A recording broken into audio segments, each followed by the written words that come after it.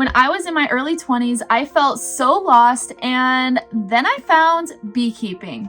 I loved it, but my passion for it didn't truly grow until year 3 when I started sharing this journey with you. Since then, I feel as though I found my purpose and a way of giving back to both you and the beekeeping community. So 6 weeks ago, my partner and I bought 24 pollination hives to give us the ability to expand to 100 hives this year. While we continue to search for the best genetic of bee that can battle both varroa and Michigan's cold winters. My goal is to bring you along this journey and show you every single mistake as I learn and grow and expand, and one day, hopefully, be able to call myself a full-time beekeeper. So enjoy every little step and every little mistake as we learn and grow together.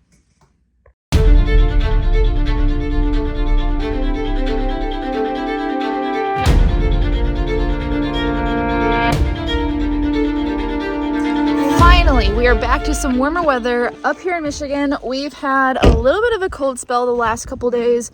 Actually really the last week and a half. So I really haven't been able to check on the bees to see how they're doing after all of those splits. We had a couple warm days here and there that I was pretty sure the queens would be out mating. So I didn't want to go in and disturb them and possibly mess up their orientation to each hive. So finally, today is the day I can finally go into these hives and see if any of those queens were able to mate successfully and see where we're at. So let's go have fun. One of the main things that I've kind of learned in beekeeping is not to disturb a hive when you know you have a virgin queen in there. Because one of the lessons I learned last year is when you open up a colony that has a virgin queen, 9 times out of 10, that virgin queen is going to jump off that frame and fly away. So I've been trying my best to stay away from them. And then also, like I mentioned, going into a hive when you know that there's going to be queens mating is never a good idea, because the queens have to orientate to the hive and where its location is.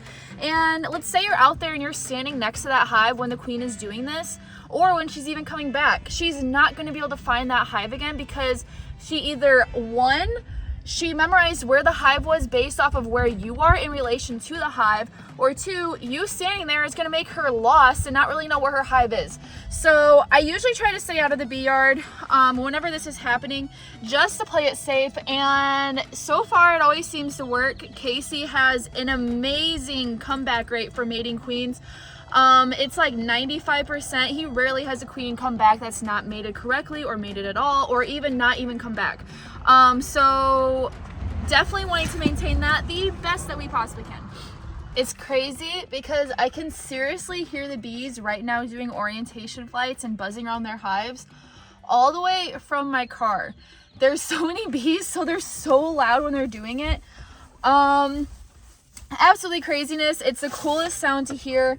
But I know I'm definitely going to have to be spreading out these hives pretty soon, because having them all in one location is not really going to be a good idea in terms of them having enough resources. So definitely going to be moving some around very soon.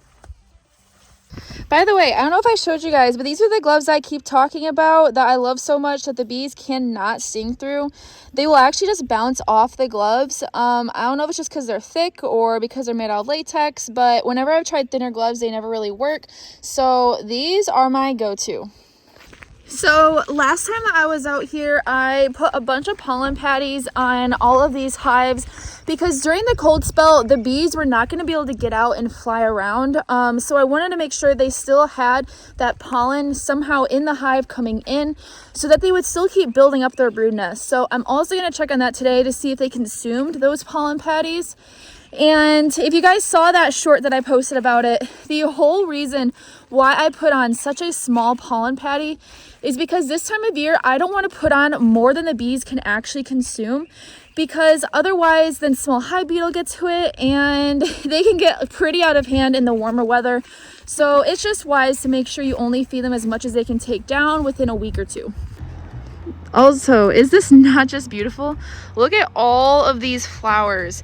I've been seeing so many dandelions too. I absolutely love this area of Michigan because I've never seen so many flowers and so many dandelions. Where I was from, there wasn't that many flowers. So I'm really noticing the difference in being someplace that has a lot of resources to go around. And we also have a ton of flowers in the bee yard. These are violets and they are my absolute favorite flower. So we definitely have a lot of orientation flights going on today. That is great because, like I said, they weren't really able to get out of the hive very much. So let's grab a hive tool and see what's going on. So one of the first things I need to do is I need to see where these hives stand right now because it is swarming season and these hives were stupid strong. So I wouldn't be surprised if they already have started swarm preparations, or at least they're starting to think about it because these hives are jam-packed. And this one I'm about to dig into right now is actually a triple stack. Which is crazy for this time of year in Michigan. So definitely got to keep up with them so they don't end up swarming. And it looks like they did eat their pollen patty. There's about a quarter of it left, so that is really good to see. I'd also put some sugar water in here right before that cold spell so they'd have some food to get them by for the time being when they're trapped in the colony, because like I said, I have been having them draw out comb right now because some of these hives have really been going at that really well, so I figured I might as well take advantage of it since I do need some comb drawn out for me. But I see they're doing the one thing that I know they always like to do. Shoot. And that is, they like to draw out frames with honey on them really fat if you have a frame next to it that's empty. So yeah, they're drawing these out, and wait a sec.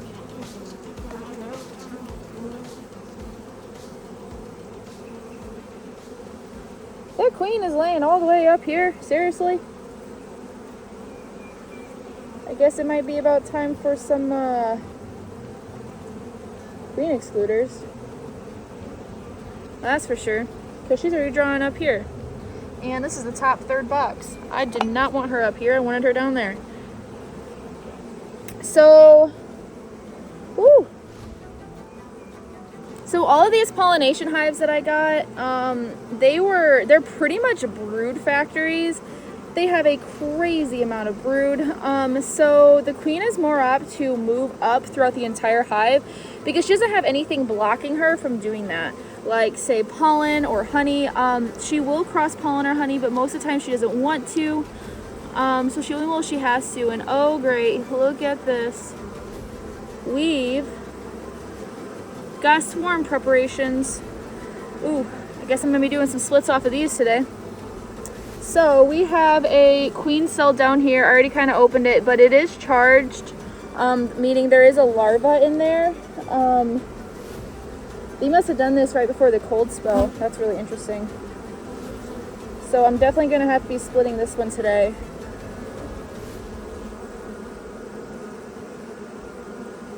Yeah. Huh. That's interesting. I like that it's warm enough I don't really have to use my hive tool to pry these apart. Oh. Oh. I hate when that happens. Jesus, she is just a laying machine. Like, she has so much freaking brood all the way up here. This freaking fishing line. Wow. Here we go.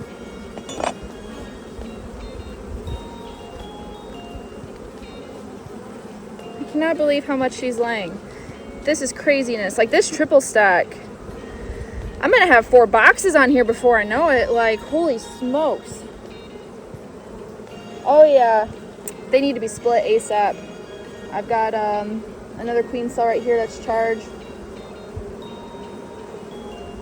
Yep, 2 of them. 2 queen cells that are charged. So we're going to be doing an artificial split on this colony ASAP. More eggs up here. Yeah, I cannot believe how fast she's laying. Oh, lovely. Lovely. No, not really. That means there wasn't quite enough food coming in. They decided they wanted to draw it out all stupid. Yeah, that's not going to be okay. Definitely going to make them redo that. Oh, honestly, I might just take this whole entire top box off and get them a new one. And use that as a split. Beautiful brood pattern, though. I like that. I like that a lot, actually. Definitely hitting a flow because I'm seeing that they're bringing in quite a bit of honey right now. I don't know if you can see it, but there's a lot of uncapped honey there.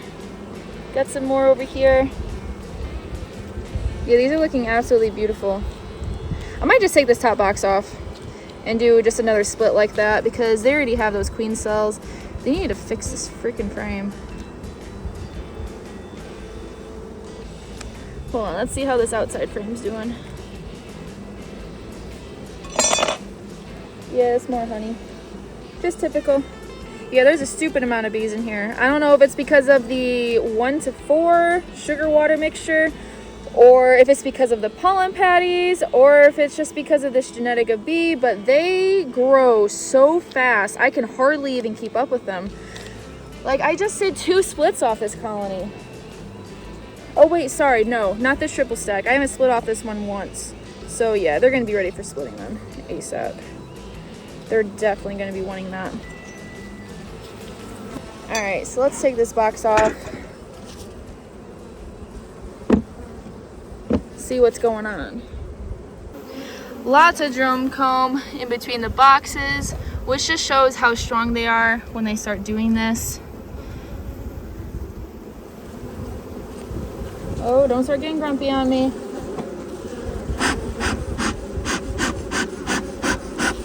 They're gonna be grumpy because I just killed some of their babies all up here. Oops, sorry guys. So they're drawing out that top box, but they're being silly how they draw. Yeah. All right, guys. They are not wanting to draw out this comb right now. Which means they don't have a huge flow coming in. They have a little bit of a flow, but if they had a really big flow, they would not be doing that. And there is my queen. Which she kind of, wait, is that a virgin queen? She's smaller. They're definitely making her shrink down. Which means they're trying to get her ready to swarm, I bet you. They're also drawing some supersedure cells. No eggs in them yet, but they're trying to get her to lay in them.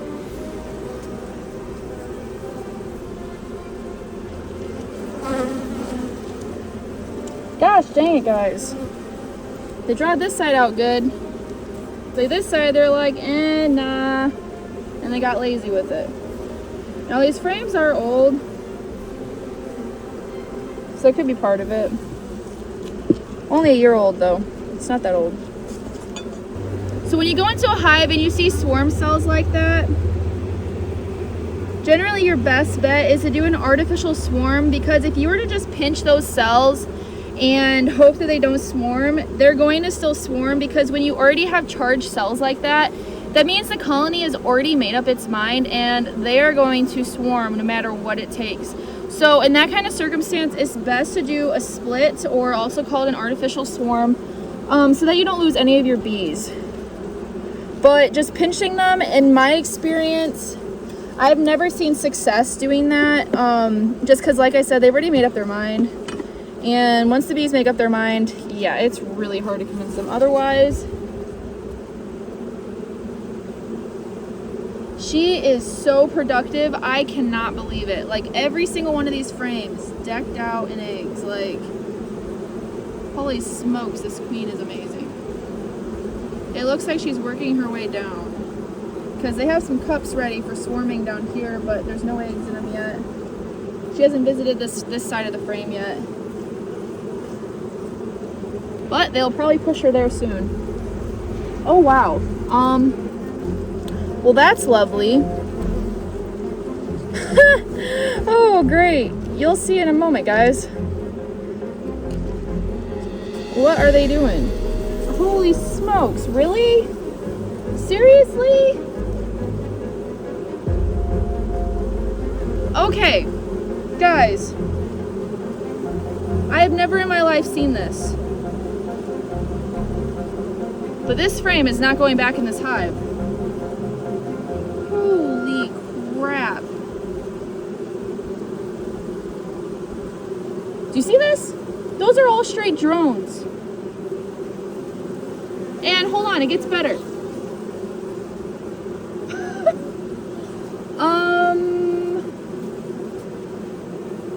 Okay, I guess I decided to make this a drone frame.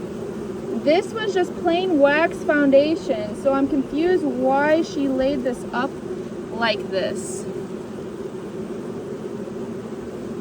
Holy cow. Those are so many drones. Both sides. What? Okay, guys. Yeah, so I need your help. What is going on? I have never in my life seen this in a colony before. This is just one single frame. They already have drones in other frames, but this is one single frame that they decided to just draw a straight drone comb. Now, it looks like this was one of my frames that I did have wax foundation in it. That's why I see the fishing line over here on the side. But it is possible. I did notice that a lot of times they would just completely chew away at all of the wax foundation. That's why I always say I don't really understand the point in using wax foundation. You're better off just either going foundationless if you're going to use wax foundation, or just using the plastic that's waxed. Because a lot of times they'll chew away at that wax, and now all of a sudden you paid all this money for this wax and it's not there anymore, and it's essentially a foundationless frame. So I'm wondering if that's what they had done to this, that this turned into a foundationless frame, which they then decided to draw out just straight drone comb just because they could. Because yeah, like I said, I'm not putting this frame back in here. I'm just going to use this as a way of controlling for varroa, which actually would be interesting going into these cells and seeing if there are varroa cells in this hive or in this frame. Because yeah, this is so much drone comb, like holy smokes. All right, let's see what's going on with the rest of this hive. So yeah, I think that was a foundationless frame that they decided to draw out into a bunch of drones. It's been known that sometimes bees do that. When they have the ability to just choose what they want, then they just draw out a ton of drones. I think that's what they did, which is lovely, because now I have a drone frame. Got some eggs in here. These are looking good. See, this is a good example. The one I'm about to pull out and show you. This is why I just don't know about wax foundation. Because, so see this? They're already starting to eat away at it on the sides and everything. And I've seen some frames where they'll just eat the whole entire sheet of foundation. So again, I don't really understand the point. They got some thin nectar in here, so that's good. And these fishing line, they just love to tear them apart. They always just gnaw right through it. It's not always the easiest. There we go. Yeah. Again, this is crazy. I'm not putting that frame back in here. I'm gonna have to go find another frame for him. And it looks like just honey over there. So I think I'm gonna take this top box off and just do a complete split from it. And I'm gonna move a feeder frame in here, put another box on top. Yeah, that's gonna be my plan. All right.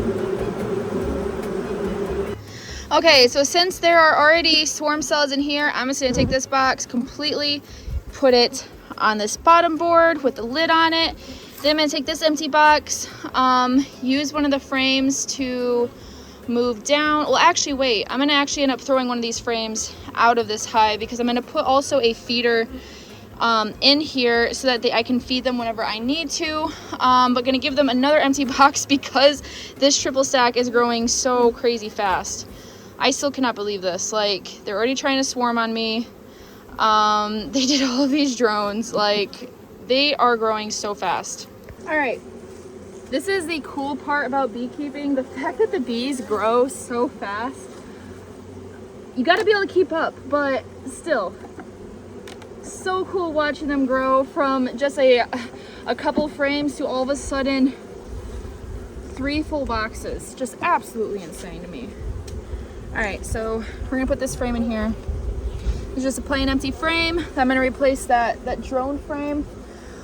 Because like I said, I'm not putting that drone frame back in there. There's gonna be way too much varroa in those cells, but also I'm curious and I would like to go in, dig into them and see if they have any, how much varroa is actually in there. They're gonna hate me, but I do need to squish some of these down because I don't like the way they're drawing it out.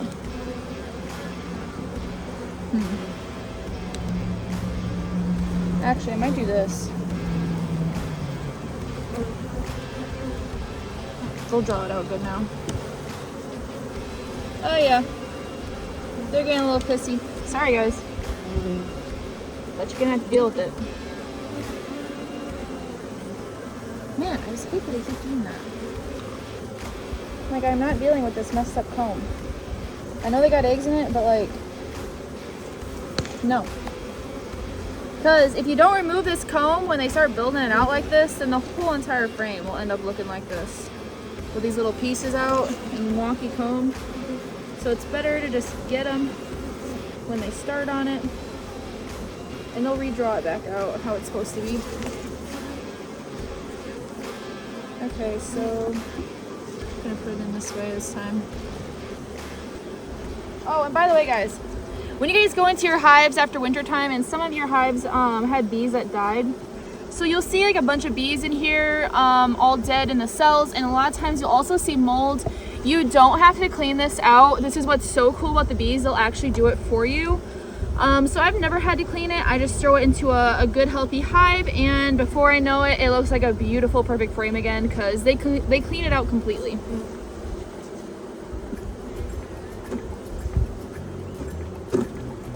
Oops.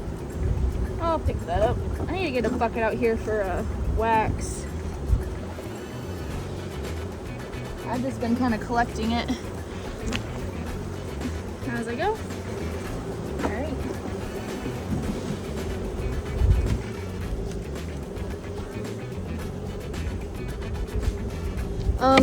Before I do this though, I do need to check that bottom box actually. Make sure there's no swarm cells down there. So, hold on a sec.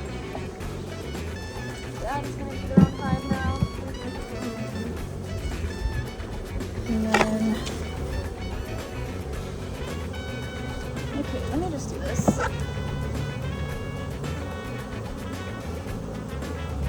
Alright, I don't see any queen cells.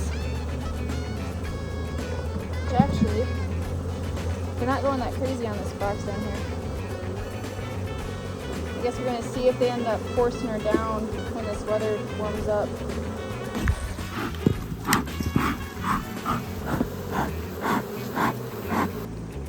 So last time I checked this one, they were absolutely crazy. So we'll see if they're still doing that.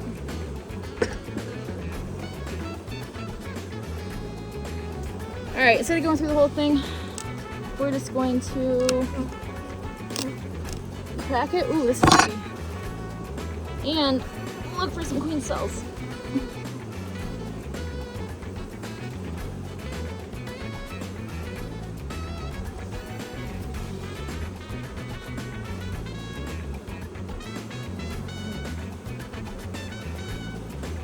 Which, uh-oh, we got a problem.